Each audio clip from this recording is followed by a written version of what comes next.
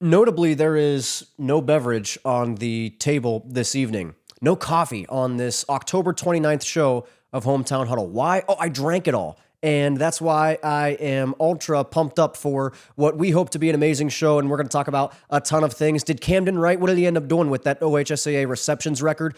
We're going to talk about that. Speaking of the OHSAA, they did some things to some schools, and it affected some brackets. What brackets? Oh, the playoff brackets. They're here. We're going to talk about Ohio high school football playoffs. It's all built up to this, and we're going to have a great show.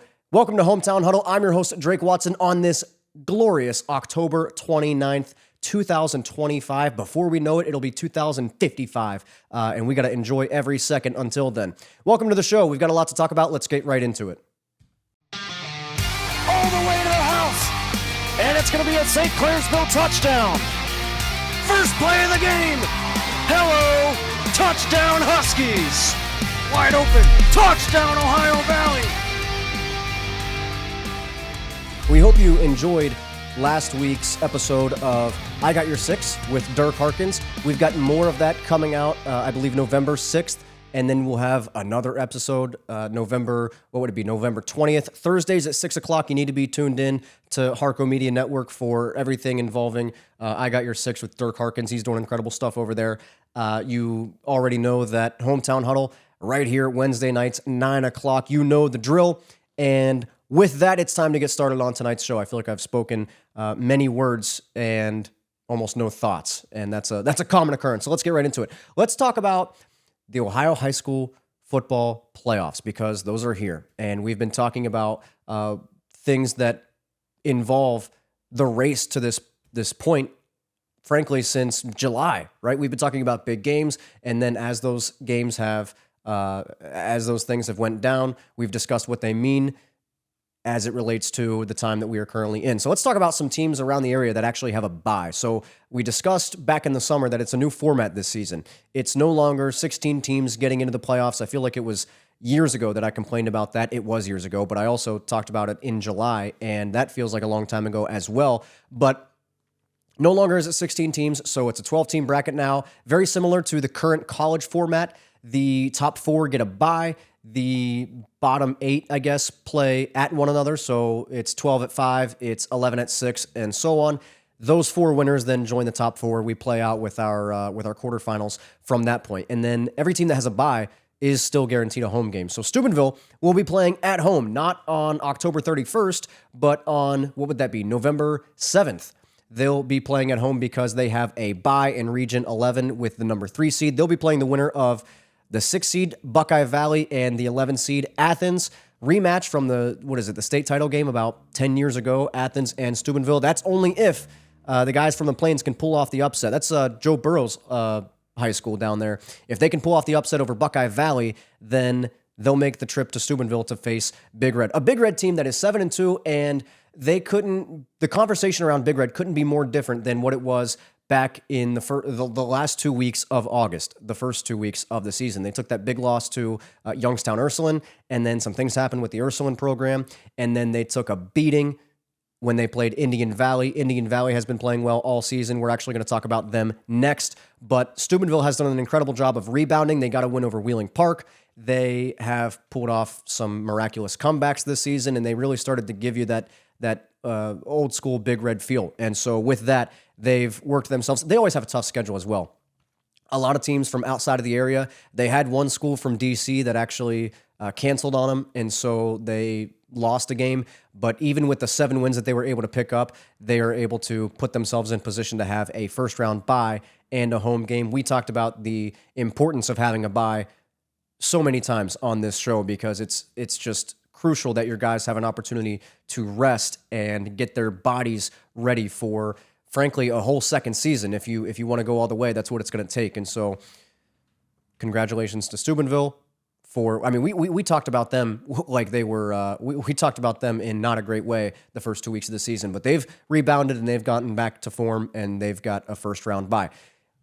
I mentioned Indian Valley for a second. This was expected, especially with Grady Kinsey and the rushing attack that they have. I was actually at their game on Thursday night with Claymont. Did I watch the entirety of the 42-14 blowout? No. You might be able to hear it, but got ill at some point last week. Probably heard it on last week's show more than tonight, but watched a little bit of that game. Claymont actually did well. I mean, they put up a fight in the first quarter, threw the ball decently well at times, but Indian Valley was too much at the end of the day. They cap off a 9-0 regular season, a perfect regular season. They get the 2 seed in Region 15, and they'll play at home the winner of Philo, who's got the 10 seed, and Circleville, who's got the number 7 seed. Let's move now to Region 19. I talked about the OHSAA in the very beginning of the show. I talked about what they did to some schools. Norton isn't very happy with them. I think they're up in the, I'm not even going to say because I might get it wrong, but up in the, I know Ravenna's in that conference. They weren't pleased with the OHSAA because of a last-second change, a decision that was made that I think prevented them from having a undefeated regular season. But another thing that the OHSAA did, more importantly, is they booted Ironton out of the entire postseason, and for reasons that we're really not going to get into because that opens up a whole nother rabbit hole of things that are, we essentially had this conversation with Michigan because rules were broken, and some believe rules weren't really broken. Others believe, for the integrity of the game, that Ironton shouldn't be in the playoffs. I don't know. All I know is that they're not in, and what that did was open up the door for Barnesville. Barnesville was going to have a number 5 seed. They were going to be playing in 2 days. And then Ironton gets knocked out, and Barnesville bumps up to number 4, and what that means is those guys get a rest, and they get an opportunity to have a bye and host a second-round home game. They'll get the winner of the 5 seed Portsmouth and the 12 seed Amanda Clear Creek, and the 11 seed in Region, what would that be, Region 19? It's on my paper. Just had to test the memory for a second. The 11 seed is Union Local. How close we were to having a Union Local and Barnesville showdown in the postseason, but instead, Union Local is going to go out to the middle of the state and face Afrocentric Early College in their first round playoff game. Union Local going on the road. Barnesville, once again, they get the first round bye and the second round home game by way of Ironton getting knocked out of the playoffs. And say what you will about that, but decisions were made, and all you could do is control. You can't control, what is it? You can't control anything other than your response. So our response, Barnesville's got a bye week. Let's look now at Region 23, a region that we're going to just dive straight into right now because Fort Fry's got the number 2 seed. Fort Fry plays great football in a great town along a great river. We love everything about Fort Fry and Waterford and the entire area. They'll get the winner of the 7 seed Grove City Christian and the 10 seed Caldwell. So we could get, again, Fort Fry Fort Fry is really not in the Ohio Valley. Caldwell kind of on the outskirts of it along 77 there. But always great to see a potential second round matchup between schools that area teams are at least a little bit familiar with. How about Toronto? Toronto gets the number 6 seed. They cap off a 9-1 regular season. They've done an incredible job, and especially when you look at the last 3 years, the Toronto program has just gone up and up and up and up. They've compiled a 26-7 record over the last 3 seasons. They were 9-2 in their last year under Josh Frankie, and that was 2023. All Coach Abel has done since then is take them to an 8-4 record and now a 9-1 record, and they're going to look to make that 10-1 when they host Grandview Heights, who's the 11 seed in that region. They're going to look to get their 10th win of the season. I believe that would be their first 10-win season in a long time, maybe since, certainly since I was pretty young. I just looked at the number not long ago, but I want to say it was 2008 or something along those lines when they were, 10-2 that season. So Toronto, and then they had some ups and downs, but Frankie really got it going towards the end of his tenure. And then Coach Abel, I talked about him when I got back from doing the Edison game between Toronto and Edison, and the kind of stoicism he has on the sidelines. I don't think he says much, but he certainly, I guess, behind closed doors at practice says enough to get his team ready to go because they're 9-1. They've done incredible things, and they're very versatile. They're a team that can do a lot. So that's a look at Toronto as we look at Region 23. How about this 8-9 matchup? When I saw this, I got excited because this is a conference matchup. This is an IVC game. How about nothing else for our IVC spotlight? Ridgewood at Newcomerstown. the 9 seed at the 8 seed. Always good to see a conference battle. Will we be there on Friday night? Who knows? We'll talk about that a little bit later. But continuing this conversation, remember what we talked about a few weeks ago when we talked about the game between Martins Ferry? It's one of the better performing short clips that we have. We said Martins Ferry in Wheeling Central could decide the season, more so for Ferry than Wheeling Central. And looking back retroactively, we kind of called it because Martins Ferry ends up dropping that game by 8 points. That's a tough place to win at. That's a tough team to win against. And Coach Young and the Crusaders get the best. Crusaders? Oh, what a terrible mistake there. What a blunder. Perhaps the biggest of the history of the show. No, not the Crusaders. The Maroon Knights get the best of Martins Ferry just a few weeks ago. And then I told you last week, Martins Ferry, even though they've got this big game with Bel Air, obviously they're motivated for different reasons, but nothing was in their control.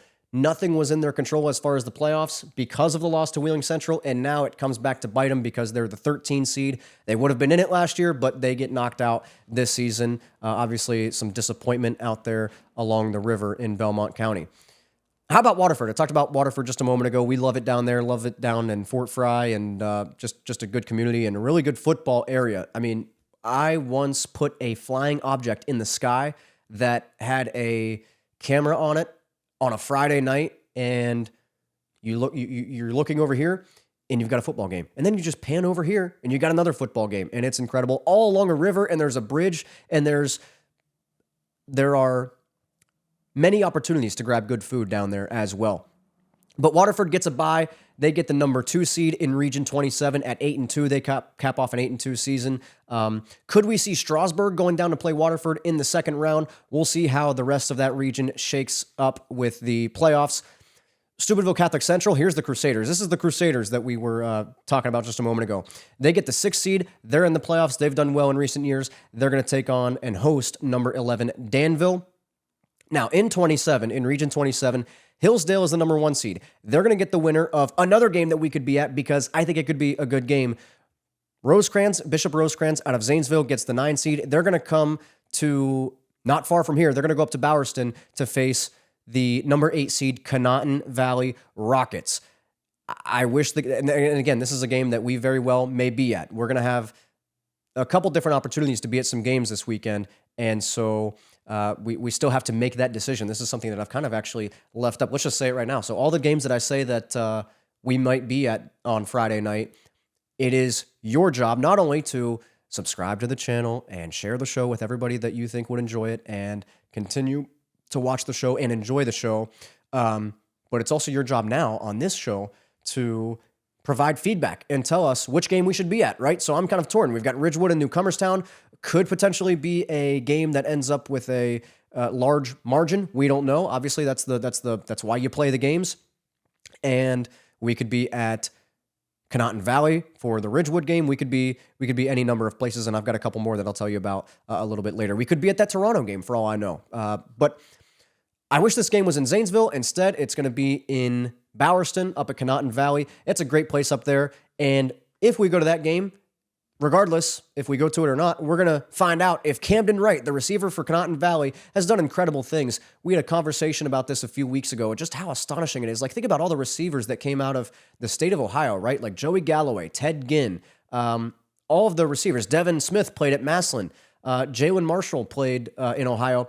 All these talented receivers. You've got Jameer Brown out at Huber Heights. Camden Wright, just up the road at Conotton Valley. He is one catch of the football away. If there was somebody else in here, I'd have him throw that to me just to show how simple it is. I'd probably drop it. But all he's got to do is haul in one more pass, and he's got the OHSAA record for most consecutive games with a reception. He's at 43 right now. He's got it tied, and he can make that 44 and break the record against Rosecrans. Once again, I know those staffs are not concerned about things like that. Obviously, that's not one of their priorities.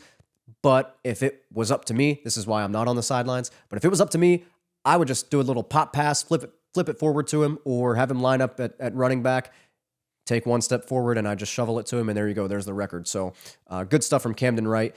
And we got to thinking, like, not only is it a testament to his success as a receiver to catch a pass in every game for the last however many years, But also, Connaughton Valley has helped him out by getting into the postseason so often and making a couple runs here lately.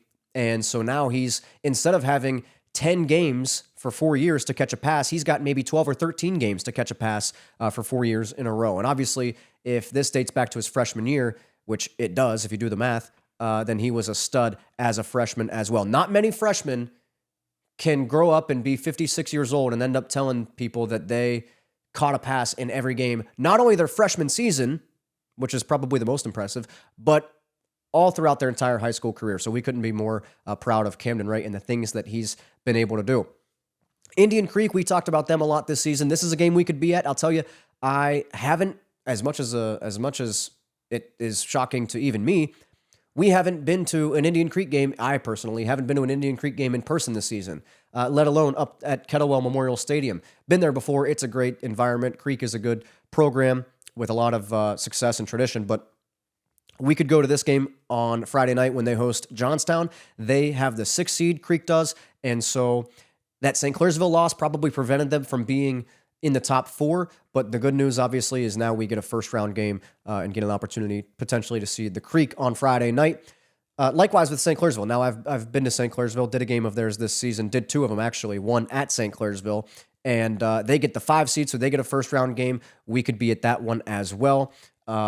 Edison and Claymont both are on the bottom half of the bracket. So Edison with the 10 seed in Region 17, and they'll travel to Manchester. Claymont's got the 11 seed. They're up at Youngstown Liberty. But obviously, Coach White and his staff are concerned with winning the game, right? Nobody who can achieve the kind of success that Claymont has achieved, or any team has achieved, right? How hard it is to win a game. Nobody who's capable of winning games and doing so at a successful level has the mindset that I'm about to express right now. But if you're just a fan, my point is you can't think this way if you're a part of that program. But if you're just a fan, are you not just thrilled that Claymont is in the playoffs for the second time ever in school history since the 60s? First time since 1992. That's a long time ago. And so just excellent turnaround by Coach Buddy White and his staff up at Claymont. They've done incredible things. I saw them the first week of the season, and I saw them the last week of the season. They looked good in both weeks, and they looked even better, particularly throwing the football just a few days ago when I saw them up at Indian Valley. But we talked about this several weeks ago when we started noticing Claymont starting to do well. I think we brought them up once, and then we brought them up again and did a deeper dive and said, you know what? There's an opportunity. There's a real possibility that Claymont ends up climbing all the way up to 6-2. They got there, and they, I believe, were around number 5 or number 4 in the ratings at the time, just a few weeks ago. But we always knew they were going to finish at 6-4 because of what they had the last 2 weeks of the season. But we also knew that would be enough to put them in the playoffs. That's why we've been talking about it on this show for at least 3 weeks now. So congratulations to Claymont getting in the bracket and in the Ohio high school football playoffs for just the second time in school history. And obviously those are things that they're looking to build on. And obviously Coach White and his staff are looking to take advantage of and take with them moving into next season. With that said, that's a look at the Ohio high school football playoffs. Just a quick brief look at some of the games that we'll be looking forward to on Friday night and how the brackets kind of came to be. We'll be following this all the way until the first weekend of December when the seasons conclude up in Canton. And so we'll be following that. We'll be at different games and everything else. And so that's a look at the playoff picture right now in Ohio. And in a couple weeks, we've got the same thing going down in West Virginia. Obviously, Cameron is looking to make a push there. Wheeling Central, Wheeling Park, all of those schools. So we'll be talking about that as well. With that said, let's take a quick break. We'll come back. We'll talk about some OHSAA volleyball. They're also in the midst of their postseason. We'll talk about that and a little bit more when we come back after this. Hey, quick timeout, little stoppage in the action. I wanted to ask you, are you following the page? Are you liking the videos? Subscribed on YouTube? 5 stars on the podcast format? If not, that's all we ask of you, and we will continue to strive to give you great quality content week in and week out. All we need you to do in return is tap a button on your cell phone or on your laptop or wherever you may be. That helps us out immensely. That helps us deliver great content to you. And there's no strings attached, no expense to you. You hit the button, you go on with your day. That's all we ask of you. We hope you enjoy the content. And with that, Back to the show. Sponsorship information, if you'd like to sponsor the show, Drake Watson at harcomedia.com.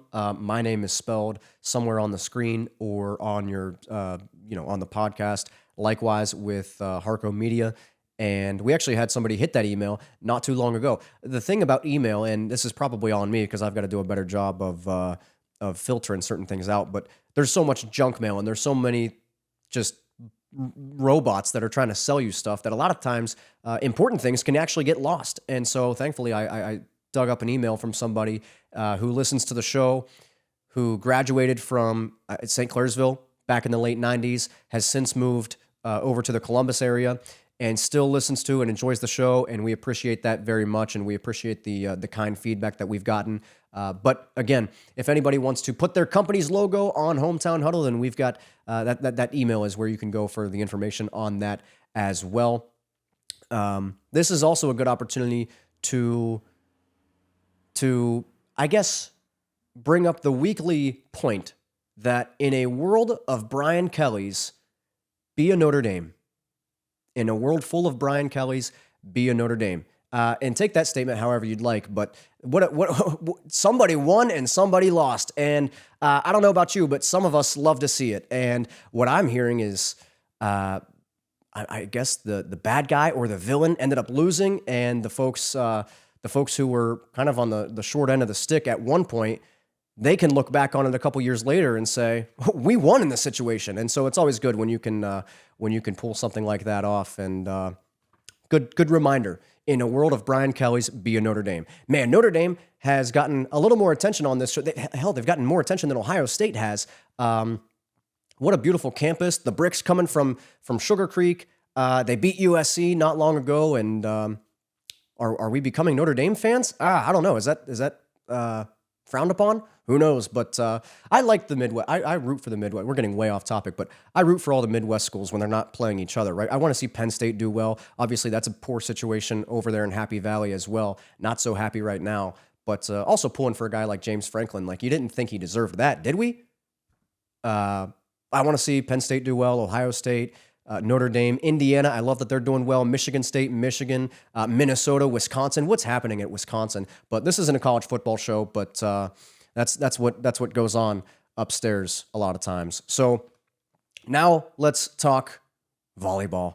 Volleyball is a sport that is so fun to play. I remember in high school, in the gym class or whatever, when the teacher said we were going to end up playing volleyball, it was fun. You get to run around, you get to hit the ball and try to pull off all these crazy things that the actual athletes are able to pull off almost routinely. And it's almost like a 6-year-old tossing a football in the backyard, and he's pretending like he's one of these high school players. That's how it feels when you're playing volleyball as somebody who is nowhere near as good as the people that actually play volleyball.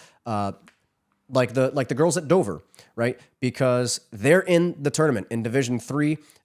They're looking to go far in that. Division IV's got Meadowbrook and Riverview. That's tomorrow night. Dover also plays tomorrow night. Union Local has a very strong volleyball program. They're looking to continue the success that they've had as of recent. Remember, they're just 3 years removed from a Final Four appearance. Union Local, they also play tomorrow night. We're rooting for all these Valley teams. We want to see Valley teams do well in all sports, right? Whether it's Dover, Meadowbrook, or Union Local, doesn't make a difference to me because I don't root for any team. I root for the Valley as a whole. And we want to see a state championship come back to Guernsey County, Belmont County, Harrison County, Jefferson County. Here's what I've done. This is don't ever do this, because now I've put myself in this box, and there are some counties that I haven't listed, and that's bad news. But Tuscarawas County, Columbiana County, Noble County, Muskingum County. I love it out in Muskingum County. But yeah, we're looking for those teams to do well.